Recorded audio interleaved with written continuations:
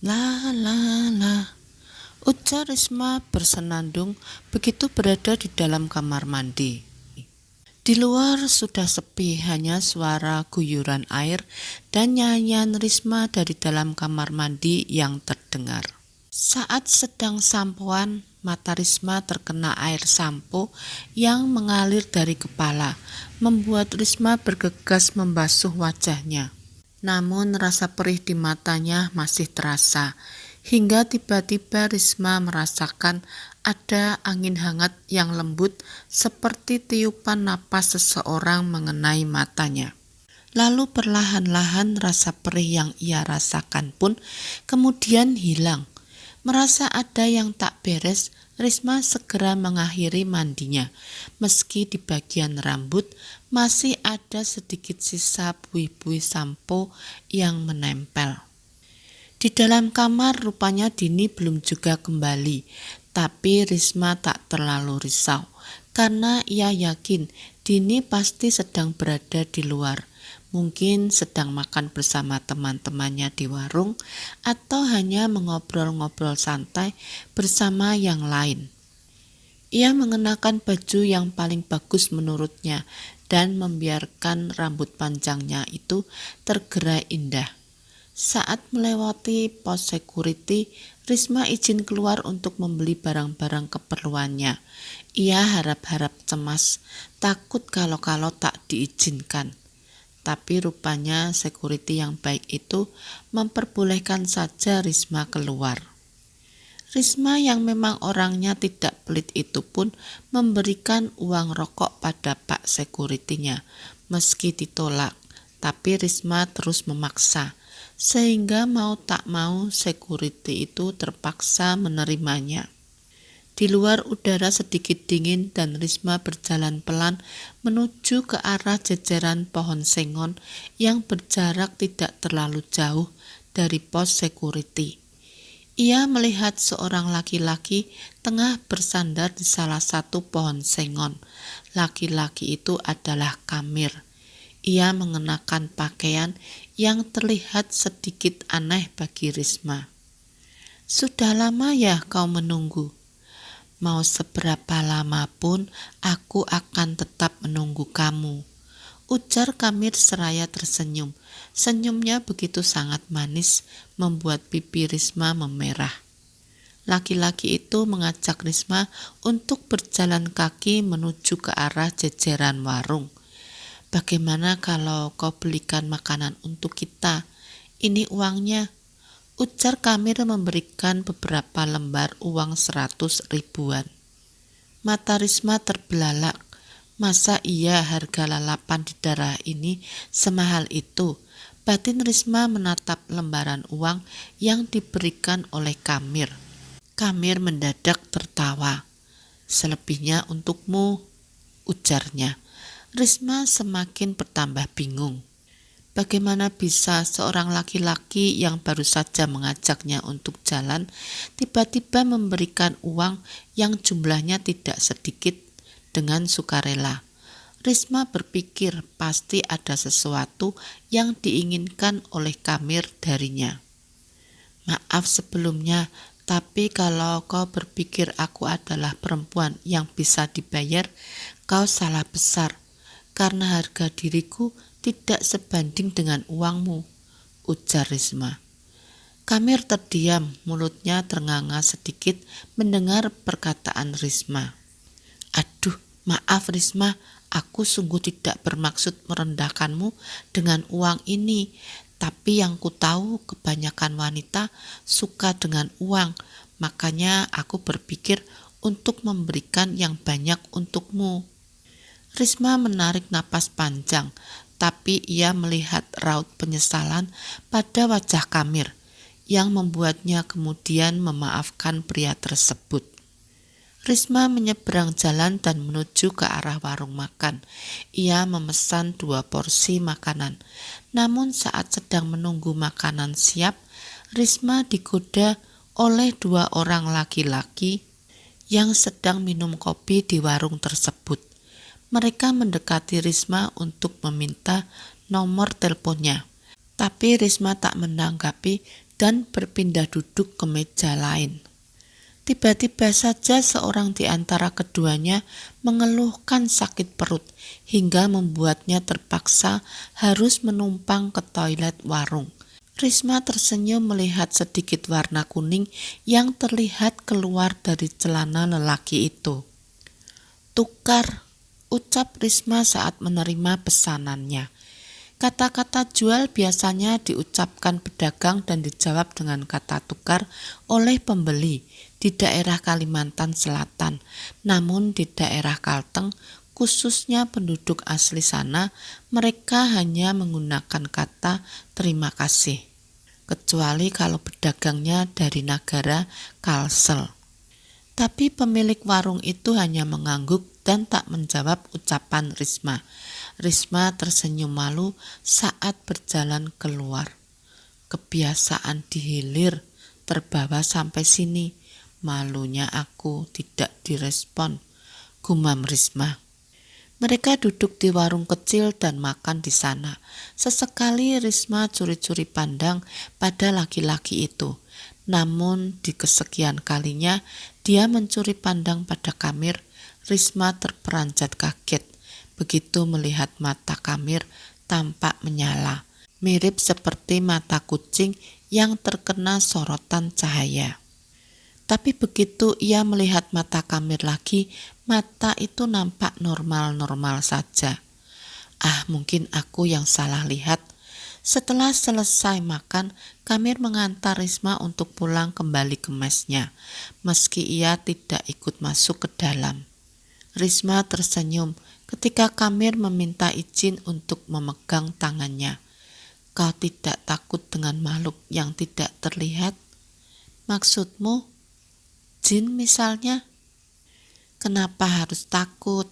Kata ibuku, kalau kita tidak macam-macam dan menghormati apapun itu kepercayaan di setiap tempat, kita tidak akan diganggu mereka. Karena kita hidup di dunia ini kan memang saling berdampingan antara yang terlihat dan yang tidak terlihat." Kamir tersenyum dan mengangguk. "Weh." Dini sedang muntah-muntah di luar kamar mes ketika Risma baru saja sampai. "Kamu kenapa, Din?" Dini tak menjawab, nampaknya ia sudah sangat lemas sekali. "Aku minta bantuan dulu ya, Din."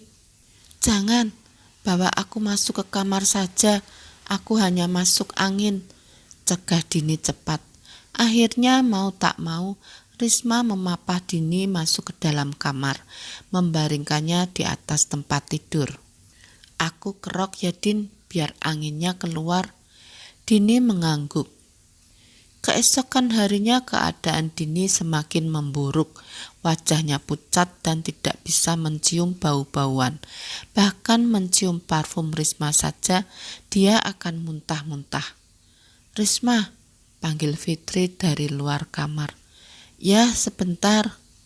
Saat pintu terbuka, terlihat Fitri tengah berdiri bersama seorang perempuan.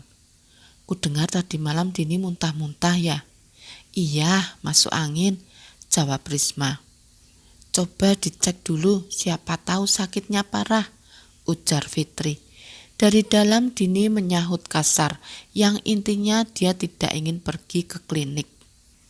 "Jangan ngeyel, kalau sakit ya diobati, apalagi di sini sudah ada kliniknya dan gratis, jadi uangmu tidak akan berkurang," ujar Fitri. "Aku tidak mau ya tidak mau." "Ih, dasar." Hari itu adalah hari terakhir mereka kerja dan besok sudah masuk waktu cuti. Risma dan Dini pun pulang selama 2 minggu.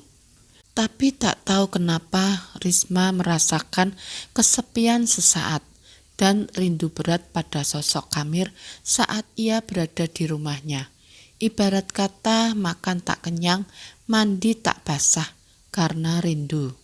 Singkatnya sampailah di hari di mana mereka kembali. Tapi ada yang aneh dari Dini. Saat ia memakai baju kerja mereka, perutnya terlihat membesar dari sebelumnya. Bila ditanya, jawabannya selalu kembung, masuk angin. Tapi apakah ada orang kembung setiap hari? Entahlah, yang namanya bangkai pasti akan tercium juga baunya. Akhirnya Dini dipaksa untuk melakukan tes kehamilan oleh pengawas mereka. Dan ternyata hasilnya positif. Dini hamil sudah 4 bulan. Dia sendiri tak tahu siapa ayah dari bayi yang dikandungnya saat itu. Karena ia mengaku sudah tidur dengan banyak lelaki. Risma yang selaku teman sekamar Dini pun akhirnya ikut kena tes, tapi ia tak merasa melakukan apapun, tentu tak keberatan. Alhasil Dini dikeluarkan dari pekerjaannya secara diam-diam. Dengan mata yang sembab, Dini meminta uang perjanjiannya pada Risma. Aku sudah tidak punya uang, Riz. Aku pun bingung mau bagaimana menceritakan ini pada orang tuaku, ucapnya terisak. Risma yang memang orangnya tidak tegaan itu lantas mengambilkan uang di dompetnya. Ini uang 3 juta, aku lebihkan untukmu. Kamu yang sabar ya, Din. Dini mengangguk, dia mengambil uang tersebut dari Risma, lalu keduanya pun tidur. Paginya saat Risma sudah bekerja, Dini masih merapikan barang bawaannya.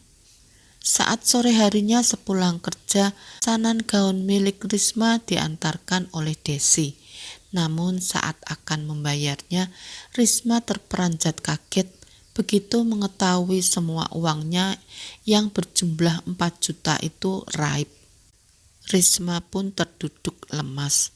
Ya Allah, kemana semua uangku? Isaknya. Kenapa, Riz?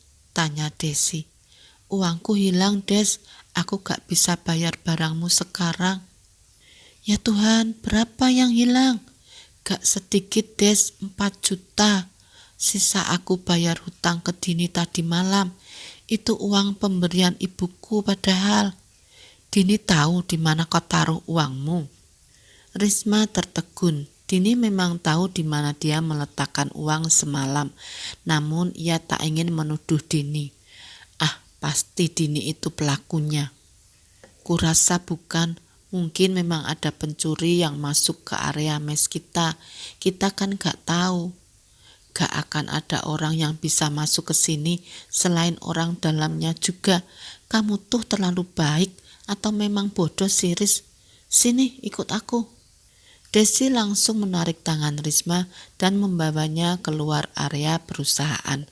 Tentunya setelah mendapat izin dari security. Desi menarik tangan Risma menuju ke arah warung, di mana laki-laki yang dulu pernah mengganggu Risma sedang duduk di situ. Desi memperjelas semuanya, dan si laki-laki itu pun mulai bercerita. 1,5 juta kumpulannya yang aku berikan sama kamu, mulai dari barang-barang, pulsa, uang, sampai makanan. Kata Dini itu semua kamu yang minta, dan bodohnya aku langsung percaya. Lemas kaki Risma mendengar cerita dari laki-laki itu. Teganya Dini menjual namanya hanya untuk uang. Menjual namamu saja dia tega, apalagi hanya mengambil uangmu. Jadi apa kau masih tidak percaya? Ujar Desi. Malam itu untuk yang pertama kalinya Risma tidur sendirian di mes. Saat matanya sudah terpejam, dia mulai merasakan seseorang memeluk erat dirinya. Pelukan hangat itu membuat Risma enggan untuk bangun. Keesokan paginya saat ia bangun tidur dan bersiap untuk mandi, Risma melihat lembaran uang 100 ribuan di atas kasur Dini. Ia mencoba mengusap-ngusap matanya, menyangka kalau itu hanyalah mimpi saja. Tapi seberapa keras pun dia menggosok-gosok matanya, uang itu tetap ada dan tak bergeming dari tempatnya. Ya Tuhan, uang sebanyak ini milik siapa? Gumam Risma, langsung memastikan kalau pintu kamar mesnya masih terkunci rapat. Risma menutupi uang itu dengan selimut sebelum dia mandi. Risma tak berani menggunakan uang tersebut sedikit pun karena uang itu bukanlah miliknya. Pekerjaannya hari itu sedikit terganggu dengan pikirannya yang masih memikirkan tentang uang yang ia temukan di atas kasur Dini tadi pagi, hingga ia mendapatkan teguran dari pengawasnya. Saat pulang kerja, Risma cepat-cepat berjalan menuju mesnya. Saat ia mengecek di bawah selimut, ternyata uang itu masih ada di sana. Apa aku gunakan saja uang ini? Tidak, ini bukan uangku. Selesai mandi, Risma membaringkan tubuhnya di atas tempat tidur. Saat ia terlelap, Risma kembali bermimpi. Tapi mimpinya malam itu lain dari malam-malam sebelumnya. Di dalam mimpinya, Risma diajak berhubungan badan oleh Kamir, dan Risma sama sekali tidak menolaknya. Setiap sentuhan dan pelayan Kamir begitu sangat nyata Risma rasakan. Saat terbangun, Risma mendapati bercak darah di spraynya. CD-nya yang semalam terpasang pun kini sudah terlepas, dan ada rasa nyeri di bagian kewanitaannya. Jantung Risma berdegup dengan cepat. Ia takut dengan apa yang ia lihat dan rasakan. Bagaimana mungkin berhubungan di dalam mimpi bisa sampai seperti ini saat ia terbangun? Risma tak fokus kerja hari itu. Rasa nyeri di area kewanitaannya membuat ia sulit bergerak dengan leluasa. Saat malam tiba dan di saat Risma sudah berusaha memejamkan matanya, Kamir muncul di dalam kamar itu. Membuat Risma kaget dan ketakutan. Ia takut kalau teman-temannya tahu kedatangan Kamir. Mereka tidak akan tahu. Kau tenang saja. Aku kemari karena aku rindu padamu. Sehari tak melihatmu, rasanya seperti berbulan-bulan. Dari mana kau masuk? Pintu kukunci dari dalam. Bagaimana bisa kau masuk tanpa merusak kunci? Kamir tersenyum. Ia mendekati Risma, naik ke atas tempat tidur dan berbaring di sana. Hembusan nafasnya yang hangat mengikatkan Risma pada perasaan aneh yang selalu ia rasakan. Apa ini? Kamir memeluk Risma. Pelukan itu rasanya tak asing. Pelukan hangat yang menenangkan. Siapa kau sebenarnya? Aku Kamir, seseorang yang sangat mencintaimu. Kau bukan manusia kan? Aku tahu sekarang. Dan semuanya mulai masuk akal. Dari awal aku datang, kau yang berdiri menatapku di sudut kamar mandi kan? Lagi-lagi Kamir tersenyum. Maafkan aku bila aku tidak jujur. Aku hanya takut jika kau tahu siapa aku sebenarnya, kau akan menjauhiku. Aku takut kau tinggalkan karena aku sangat mencintaimu. Perasaan apa ini? Kenapa aku tidak bisa marah? Kenapa aku malah nyaman dengan makhluk ini? Padahal dia sudah jujur mengatakan kalau dia memang bukan manusia. Apa aku sudah gila? Risma terdiam. Ia hanyut dalam pikirannya sendiri ketika pelan-pelan Kamir mulai mencumbunya. Keesokan paginya Risma terbangun dalam keadaan tak mengenakan sehelai benang pun. Buru-buru ia mandi dan bersiap-siap untuk bekerja. Riz, nanti malam kita lihat orang acara yuk, ajak Desi. Acara apa, Des? Wara, malam ini orang-orang Manasai. Jarang-jarang loh kita bisa lihat acara ini. Acara apa itu? Ikut sajalah daripada di mes mulu. Risma pun akhirnya mengiyakan, meski ia sendiri tak tahu acara apa yang dimaksud oleh Desi. Selesai mandi, Risma berdandan cantik mengenakan gaunnya. Namun tiba-tiba lampu mes mendadak pecah. Dari arah belakang terdengar suara berat seseorang. Aku tidak suka kau berpenampilan seperti itu saat akan bertemu orang-orang, ujar Kamir. Memangnya kenapa penampilanku? Ada yang salah? Kau terlalu cantik. Aku tidak mau wanitaku dicintai oleh banyak pria, atau kalau tidak, aku akan menyingkirkan para pria itu. Risma ternganga mendengar perkataan Kamir. Jadi aku harus pakai pakaian yang mana? Kau pilihkan untukku. ujar Risma kemudian. Sebuah kain berbau kecut melayang mengenai Risma. Pakai itu. Aku tidak bisa lihat, lampunya mati karena ulahmu. Risma pun mengambil HP-nya dan menyinari kain yang dilemparkan Kamir. Astaga, ini kan lap kaki, ujar Risma melemparkan sisa baju lusuhnya yang dijadikan kain lap. Ya, kau boleh pergi, tapi pakai itu. Kau gilakah?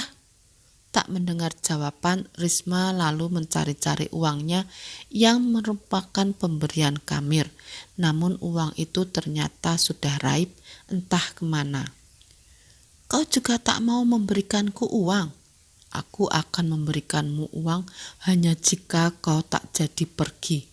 Risma menjadi emosi mendengar jawaban dari Kamir. Lalu tanpa pamit, ia pun lantas pergi.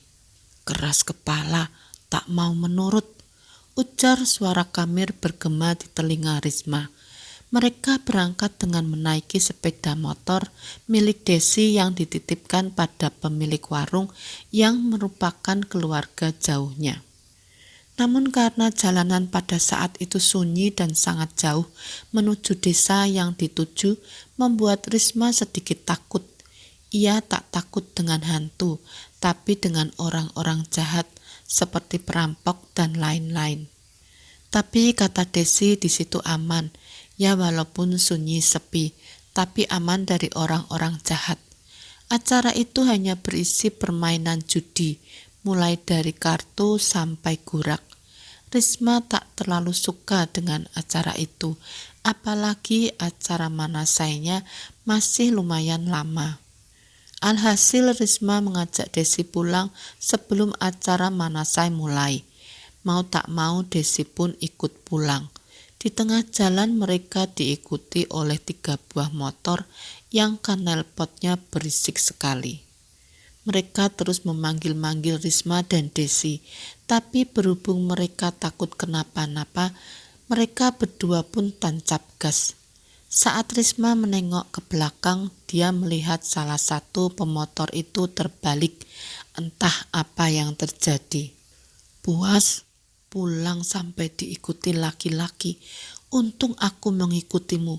Coba kalau tidak, entah apa yang terjadi padamu saat ini, ujar Kamir. Risma yang sebelumnya marah pada Kamir lantas tersenyum dan memeluknya dengan erat. Jadi kau yang membuat motornya tadi jatuh? Ya, itu kulakukan untuk menjagamu. Sebenarnya aku jarang menyakiti manusia, tapi mau bagaimana lagi? Mereka sudah berani mengganggu dan membuat takut wanitaku.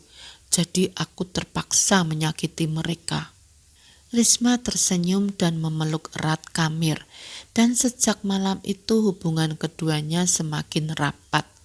Risma tahu hubungannya dan Kamir adalah salah, tapi ia nyaman dengan sosok jin tersebut. Ia merasa dicintai dan diperlakukan seperti ratu oleh Kamir.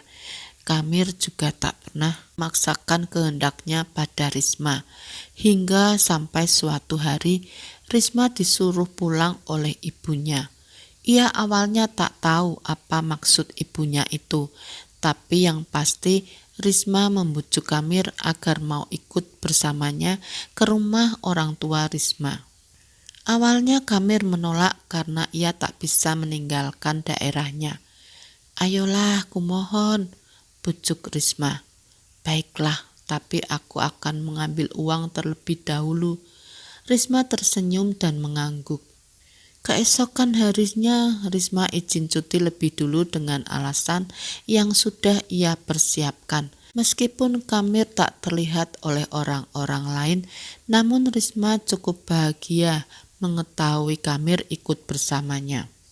Di bis, Risma sengaja memilih perjalanan malam dan membeli 2 karcis dengan bangku yang berdekatan agar bisa tidur bersandar di bahu Kamir. Singkat cerita, sampai saat di rumahnya, Risma dihadapkan dengan kenyataan yang membuatnya hampir pingsan. Bagaimana tidak, ternyata ia sudah dijodohkan. Bahkan hari pernikahannya pun sudah ditentukan. Kamir mengamuk, barang-barang di dalam kamar Risma pecah berantakan. "Aku akan membunuh siapapun yang memisahkan kita," ujar Kamir menggelegar. Risma ketakutan mendengar perkataan Kamir. Ia menangis sesenggukan di antara barang-barangnya yang sudah berhamburan di lantai. "Aku sendiri pun tidak tahu akan jadi seperti ini," isak Risma pelan. "Diam!" bentak Kamir. Pecahan kaca terlempar ke arah Risma dan melukainya. Saat Risma menjerit, barulah Kamir berhenti berulah. "Maaf, kau terluka karena aku." Risma sebisanya menghindar dari sentuhan Kamir, membuat Kamir menjadi murka. Saat pintu kamar dibuka oleh ibunya, wanita itu kaget melihat kamar yang sudah seperti kapal pecah tersebut. "Saya tidak mau menikah dengan laki-laki yang saya sendiri tak pernah mengenalnya, Ma." "Lalu kau mau bagaimana? Apa lupa apa yang sudah terjadi berbulan-bulan lalu?" "Tolonglah Riz, turuti kemauan Mama sekali ini saja. Ini juga untuk kebaikanmu." "Risma tidak bisa, Ma. Risma sudah mempunyai kekasih."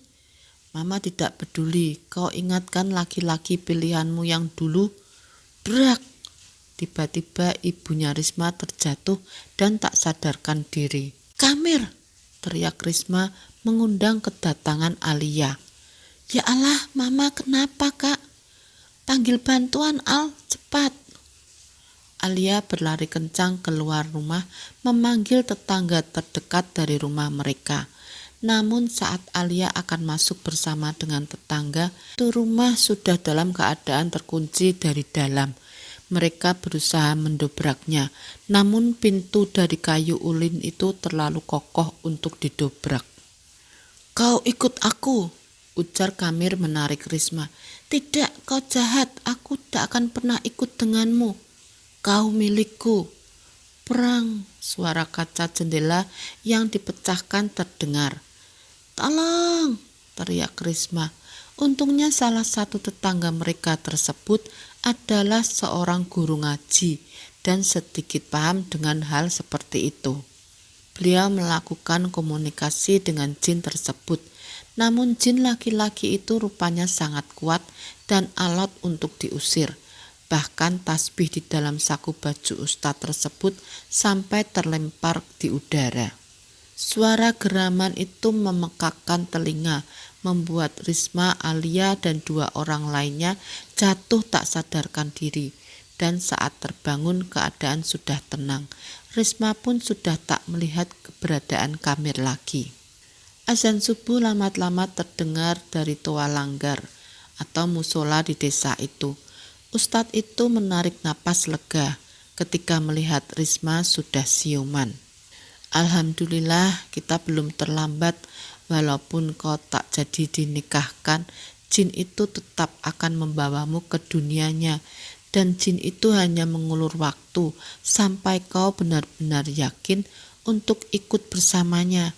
Untung semuanya belum terlambat." Dunia Risma seakan runtuh seketika. Bagaimana tidak, karena dia sudah menyerahkan dirinya secara sukarela untuk memuaskan nafsu jin tersebut. Kepalanya mendadak pusing. Risma menangis sekencang-kencangnya, menyesali apa yang sudah ia lakukan selama berhubungan dengan Kamir. Ia bahkan hampir membuat sang ibu terbunuh. "Ya Allah, apa yang telah aku lakukan?" isak Risma dengan suara bergetar. Hubungan cinta yang menyesatkan dan tak seharusnya terjadi. Risma menyesali dirinya yang mau-maunya menerima sosok itu hanya karena wajahnya yang tampan dan sikap hangatnya. Setelah kejadian itu, Risma jujur pada calon suaminya tentang keadaannya saat itu. Namun laki-laki itu dengan ikhlas mau menerima Risma. Sekarang alhamdulillah rumah tangga mereka sudah dikaruniai 2 orang anak. Bukan anak kandung keduanya, melainkan anak adopsi. karena setelah kejadian itu Risma sudah tak bisa memiliki anak. Rahimnya dirusak secara gaib oleh jin yang pernah menidurinya. Wallahu alam. Ceritanya sampai di sini teman-teman. Terima kasih yang sudah menonton video ini. Mohon maaf bila ada salah kata. Yang belum subscribe mohon subscribe, like dan komen agar channel aku terus berkembang.